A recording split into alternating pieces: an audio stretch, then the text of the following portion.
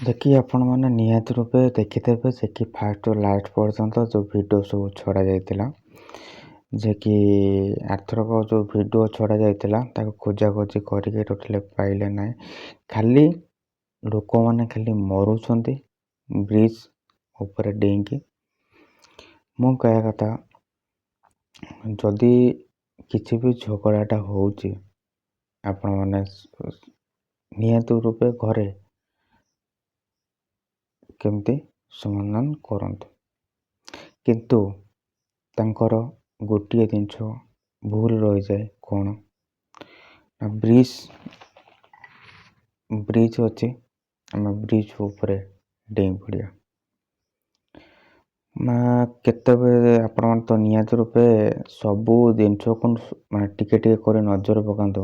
କେତେଟା କଥାକୁ ଆପଣମାନେ ମାରିବା ଆଉ ମରିବା କେବେ ସହଜ ନୁହେଁ। ଆପଣମାନେ ଯଦି ଏଇଠି ଆପଣମାନେ ଅନୁତାପ କରନ୍ତୁ, ବ୍ରିଜଟା ହେଉଛି ହାଇଟ୍ କେତେ, ଲୋକମାନେ ଡେଇଁ ପଡ଼ୁଛନ୍ତି। ଆଜି ଗୋଟେ ଝିଅ ଡେଇଁ ପଡ଼ିଛି, ମାନେ ପୁରା ଅଲଗା ପ୍ରକାର ସିଚୁଏସନ୍ ପୁରା। ମୁଁ କହିବା କଥା, ଯଦି ଆପଣମାନଙ୍କର କିଛି ସମସ୍ୟା ଅଛି ଘରେ ଜଣାନ୍ତୁ। ପ୍ଲସ୍ ଯେଉଁମାନେ ମରୁଛନ୍ତି, ଧର ପୋଲ ଉପରୁ ଡେଇଁ ପଡ଼ୁଛନ୍ତି, ବଡ଼ ବଡ଼ ପୋଲ ଉପରୁ ଡେଇଁ ପଡ଼ୁଛନ୍ତି, ବ୍ରିଜ୍ ଉପରେ ଡେଇଁ ପଡ଼ିଲେ ଆପଣମାନଙ୍କର କ'ଣ ସମାଧାନ ହେଇଯିବ? କେବେ ହେବନି। କେବେ ବି ସମାଧାନ ହେବ ନାହିଁ। ଯେଉଁମାନେ ବି ଡେଉଁଛନ୍ତି, ବ୍ରିଜ୍ ତଳକୁ ଡେଉଁଛନ୍ତି, କେବେ ସମାଧାନ ହେଇପାରିବ ନାହିଁ। ଲାଷ୍ଟକୁ ଆପଣଙ୍କ ଡେଡ୍ ବଡି ହିଁ ମିଳିବ। କିନ୍ତୁ ଗୋଟେ କଥାକୁ ଆପଣମାନେ ସବୁବେଳେ ଧ୍ୟାନ ଦିଅନ୍ତୁ। ଏଇ ଯେଉଁ କଥାଟା ମୁଁ ଆପଣମାନଙ୍କୁ କହିଲି, ଘରେ ବସିକି କେମିତି ସମାଧାନ କରିବା କଥା କରନ୍ତୁ। ଯେଉଁ ବ୍ରିଜ୍ ଉପରେ ଯେଉଁମାନେ ଡେଉଁଛନ୍ତି, ଆପଣଙ୍କର ତ ଡେଡ୍ ହେଇଯିବ, ଆପଣଙ୍କ ଘର ଲୋକ ହିଁ କାନ୍ଦିବେ, ଆପଣଙ୍କର ସମସ୍ୟା ହିଁ ରହିବ। ସେଇଟା କେସ୍ ଫେସ୍ ଚାଲିବ, ବିଭିନ୍ନ ପ୍ରକାର ସମସ୍ୟା। କିନ୍ତୁ ଏସବୁ ଜିନିଷ ଉପରକୁ ଆପଣମାନଙ୍କୁ ଟିକେ ନଜର କରିକି ଦେଖିବାକୁ ପଡ଼ିବ। ସିଚୁଏସନ୍ ଉପରକୁ ଯେ କି ଡେଇଁବାର କାରଣ କ'ଣ, ନିହାତି ରୂପେ ସେଇଟା କିନ୍ତୁ ସମସ୍ତେ ଧ୍ୟାନ ଦେଉନାହାନ୍ତି।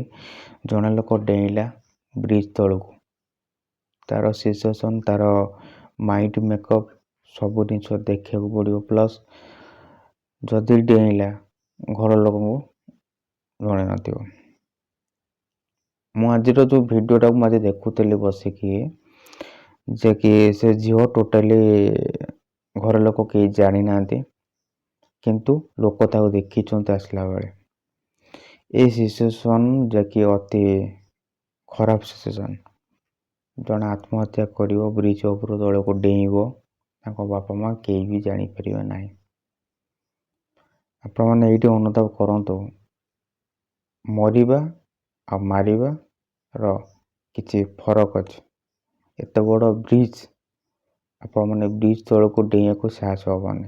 କିନ୍ତୁ ଯେଉଁ ଜିନିଷଟା ଘଟିଥିବ ତାକୁ ସବୁବେଳେ ମାର୍କ କରନ୍ତୁ। ଜଣଙ୍କ ସାଙ୍ଗରେ ଖରାପ ବ୍ୟବହାର କିଏ କରିଥିବେ, ସେଇ ସକାଶେ ନଈକି ବ୍ରିଜ୍ ଉପରକୁ ଡେଇଁ ପଡ଼ିଛି।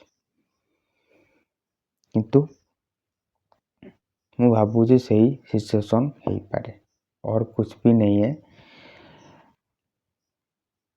ଏଇ ଜିନିଷଟା ନିହାତି ରୂପେ ହେଇଥିବ। ଯଦି ଜଣେ ଡେଉଁଛି ବ୍ରିଜ୍ ତଳକୁ, ଉପରେ ଠିଆ ହେଇକି ଡେଇଁ ପଡ଼ୁଛି, ତା ସାଙ୍ଗରେ କିଛି ବି ଖରାପ ବ୍ୟବହାର ହେଇଥିବ, ସେଥିପାଇଁ ସେ ତଳକୁ ବ୍ରିଜ୍ ଉପରକୁ ଡେଇଁ ପଡ଼ିଲା। ନିହାତି ରୂପେ ଏଇଟା ସମସ୍ତେ ବି ଜାଣି ରଖିବା ଦରକାର। ଧର କିଛି ବି ଆପଣଙ୍କର ପ୍ରୋବ୍ଲେମ୍ ହେଉଛି, ଆପଣଙ୍କ ଘରେ ସମାଧାନ କରିଦିଅନ୍ତୁ। ଯେଉଁମାନେ ବ୍ରିଜ୍ ଉପରୁ ତଳକୁ ଡେଇଁ ପଡ଼ୁଛନ୍ତି ନା, ଏସବୁ ଭୁଲ ଘଟଣା। ଆପଣମାନେ ଟୋଟାଲି ସେ ଜିନିଷକୁ ହଟେଇ ଦିଅ, ମାଇଣ୍ଡରୁ ହଟେଇ ଦିଅ। ଯେଉଁ ଜିନିଷକୁ ଆପଣମାନେ ମାଇଣ୍ଡରୁ ଯଦି ହଟେଇବା ପାଇଁ ଚାହୁଁଛନ୍ତି, ନିହାତି ରୂପେ ଆପଣମାନେ ହଟେଇ ପାରିବେ। ଏଠି ଦେଖନ୍ତୁ, ଗୋଟେ ଜିନିଷ ଆପଣମାନେ ମାର୍କ କରନ୍ତୁ। ଜଣେ ଲୋକ ଯଦି ବ୍ରିଜ୍ ଉପରକୁ ତଳକୁ ଡେଉଁଛି, ସେ କେବେ ବଞ୍ଚିକି ଆସେନି, ଡେଡ୍ ହେବାଟା ଫାଇନାଲ୍। ଏଇଟା ଆପଣମାନେ ଜାଣିଛନ୍ତି।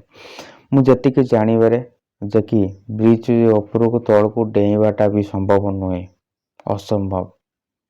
ବ୍ରିଜ ହାଇଟଟା ହେଉଛି ନିହାତି ରୂପେ ଆପଣ ତ ଜାଣିଥିବେ, ଜଣେ ଲୋକ ଯଦି ବ୍ରିଜ ଉପରୁ ତଳକୁ ଡେଉଁଛି ନିହାତି ରୂପେ ଡର ଲାଗିଥିବ ଯେ କି ମୁଁ ଆଉ ନାହିଁ ମୁଁ ଡେଇଁବିନି, କିନ୍ତୁ ତାକୁ ତା ବିବେକ ହିଁ ବାଧା ଦେଉଥିବ ନାହିଁ ତ ନିହାତି ରୂପେ ଏଇସବୁ କାମ କର। ସେଥିପାଇଁ ତା ସାଙ୍ଗରେ ଯାହା ଘଟିଥିବ ସିଏ ସେଥିପାଇଁ ଆତ୍ମହତ୍ୟା କରିବା ପାଇଁ ନିଷ୍ପତ୍ତି ନେଇଥିବ। ଅଧିକାଂଶ ଲୋକ, ମୁଁ ବି କେତେଟା ନ୍ୟୁଜ୍ ଦେଖିଛି ଯେ କି ବ୍ରିଜ ଉପରେ ସମସ୍ତେ ପୁରା ଡେଇଁଛନ୍ତି, କିଛି ସମାଧାନ ନିହାତି ରୂପେ ଘରେ ବି ଏ ଜିନିଷ ହେଇପାରିବ, କିଛି ଅସୁବିଧା ନାହିଁ। ଆଉ ଯେଉଁମାନେ ବି ଡେଉଁଛନ୍ତି ସେମିତି ଟୋଟାଲି କରନ୍ତୁ ନାହିଁ, କାହିଁକି ନା ଆପଣ ଯେତେବେଳେ ବ୍ରିଜ ଉପରୁ ତଳକୁ ଡେଇଁ ପଡ଼ୁଛନ୍ତି ସମସ୍ତେ ଟିଭି ଅନ୍ କରି ରଖୁଛନ୍ତି, ପ୍ଲସ୍ ଛୋଟ ଛୁଆ ବି ଦେଖୁଛନ୍ତି। ସେ ଜିନିଷ ବି ସେ ଶିଖିବେ ଯେ କି ଅମୁକ ଲୋକ ତ ଡେଇଁ ପଡ଼ିଲା, ମୁଁ କାହିଁକି ନ ଡେଇଁ ପଡ଼ିବି। ଏଇଟା ସମସ୍ତେ ହିଁ ଭାବନ୍ତି, ମାନେ ଛୋଟ ପିଲାଠାରୁ ସମସ୍ତେ ମାଇଣ୍ଡରେ ପୁରାନ୍ତି। ଆମର ଗୋଟେ ଜିନିଷ ହେଲା, ମାଇଣ୍ଡ ଭିତରେ ଯେଉଁ ମେମୋରି ଅଛି, ମେମୋରି ଭିତରେ ସମସ୍ତେ ଭାବନ୍ତି ଯେ କି ମୁଁ ଏମିତି ଡେଇଁ ପଡ଼ିବି କି, ମୁଁ ଏମିତି ଆତ୍ମହତ୍ୟା କରିବି କି। ସମସ୍ତେ ଡେଉଁଛନ୍ତି ବ୍ରିଜ ଉପରୁ ତଳକୁ, ସେଟା ଦେଖିବା ଆମେ ବି ଡେଇଁ ପଡ଼ିବା। କିନ୍ତୁ କ'ଣ ପାଇଁ ଲୋକ ଡେଉଁଛନ୍ତି ବ୍ରିଜ ଉପରୁ ତଳକୁ ସେ ପର୍ଯ୍ୟନ୍ତ କିଛି ବି ଖୋଜ ଖବର ନାହିଁ। କିନ୍ତୁ ଯେଉଁମାନେ ବି ମାନେ ଡେଇଁବା ପାଇଁ ନିଷ୍ପତ୍ତି ନେଉଛନ୍ତି ବ୍ରିଜ ଉପରୁ ତଳକୁ, ସେମାନଙ୍କ ପାଇଁ ଗୋଟିଏ ମେସେଜ କରିବା ପାଇଁ ଚାହିଁବି। ଆପଣମାନେ ଭାବନ୍ତୁ ଯେ କି ଆମେ ବ୍ରିଜ ଉପରୁ ସିନା ଡେଇଁ ପଡ଼ୁଛେ, ଆମର ପିଲା ଛୁଆ, ଆମ ସଂସାର କଥା କେହି ବି ଚିନ୍ତା କରୁନାହାନ୍ତି। ଏଇସବୁ ଜିନିଷକୁ ଯଦି ଆପଣମାନେ ଚିନ୍ତା କରିବେ, ଶହେ ଥର ଭାବିବେ, ଆପଣଙ୍କର ଇଚ୍ଛା ହେବ ନାହିଁ ବ୍ରିଜ ଉପରୁ ତଳକୁ ଡେଇଁବା ପାଇଁ। ଆଉ ଯେଉଁମାନେ ଡେଉଁଛନ୍ତି ସେ ଅଲଗା କାରଣରୁ ଡେଉଁଛନ୍ତି, ଆଉ କେଇ ଜଣ ଉଦ୍ଧାର ହେଇଛନ୍ତି ଆଉ କେଇ ଜଣକୁ ପାଇନାହାନ୍ତି, ଏମିତି ସବୁ କ'ଣ ଘଟଣା। କିନ୍ତୁ ବ୍ରିଜ ଉପରୁ ତଳକୁ ଡେଇଁବାଟା ଅତି ଖରାପ କଥା।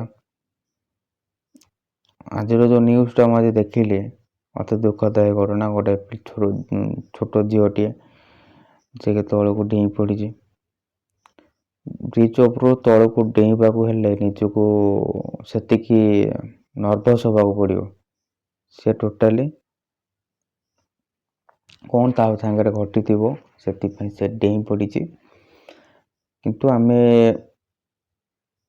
ବହୁତ ଦୁଃଖିତ, ମାନେ ଯେଉଁମାନେ ଡେଉଁଛନ୍ତି ବ୍ରିଜ ଉପରୁ ତଳକୁ, କିଛି ମନ ଭିତରେ ଦୁଃଖ ଥିବ, ମନ ଭିତରେ କିଛି କଷ୍ଟ ଥିବ, ସେଇ ସକାଶେ ସେମାନେ ଡେଉଁଛନ୍ତି। କିନ୍ତୁ ମୁଁ ଆପଣମାନଙ୍କୁ କହିବା ପାଇଁ ଚାହିଁବି, ଆପଣମାନେ ଏମିତି ଡେଉଁଛନ୍ତି ବ୍ରିଜ ଉପରୁ ତଳକୁ, ଛୋଟ ଛୁଆମାନେ ଦେଖୁଛନ୍ତି, ସେମାନଙ୍କ ମନ ଭିତରେ ସେଇ ଧାରଣା ରହୁଛି, ଆରେ ସମସ୍ତେ କ'ଣ ପାଇଁ ଡେଉଁଛନ୍ତି, କାହିଁକି ଡେଉଁଛନ୍ତି, ମୁଁ ଯାଇକି ଡେଇଁ ପଡ଼ିବି କି, ଏମିତି। କିନ୍ତୁ ମୁଁ ସମସ୍ତଙ୍କୁ ଖାଲି ଗୋଟିଏ କଥା ଆଜି କହିବା ପାଇଁ ଚାହିଁବି, ଯେଉଁ ପିଲାମାନେ ଏତେ ଟିଭି ଦେଖାଦେଖି କରନ୍ତି, ଏଇ ଭିଡ଼ିଓ ସରିଲା ପରେ ମୁଁ ଆଉ ଗୋଟିଏ ଜିନିଷ କହିବି, ନିହାତି ରୂପେ ସମସ୍ତେ ଧ୍ୟାନ ଦେଇକି ଶୁଣିବେ। ରହିଲି, ନମସ୍କାର।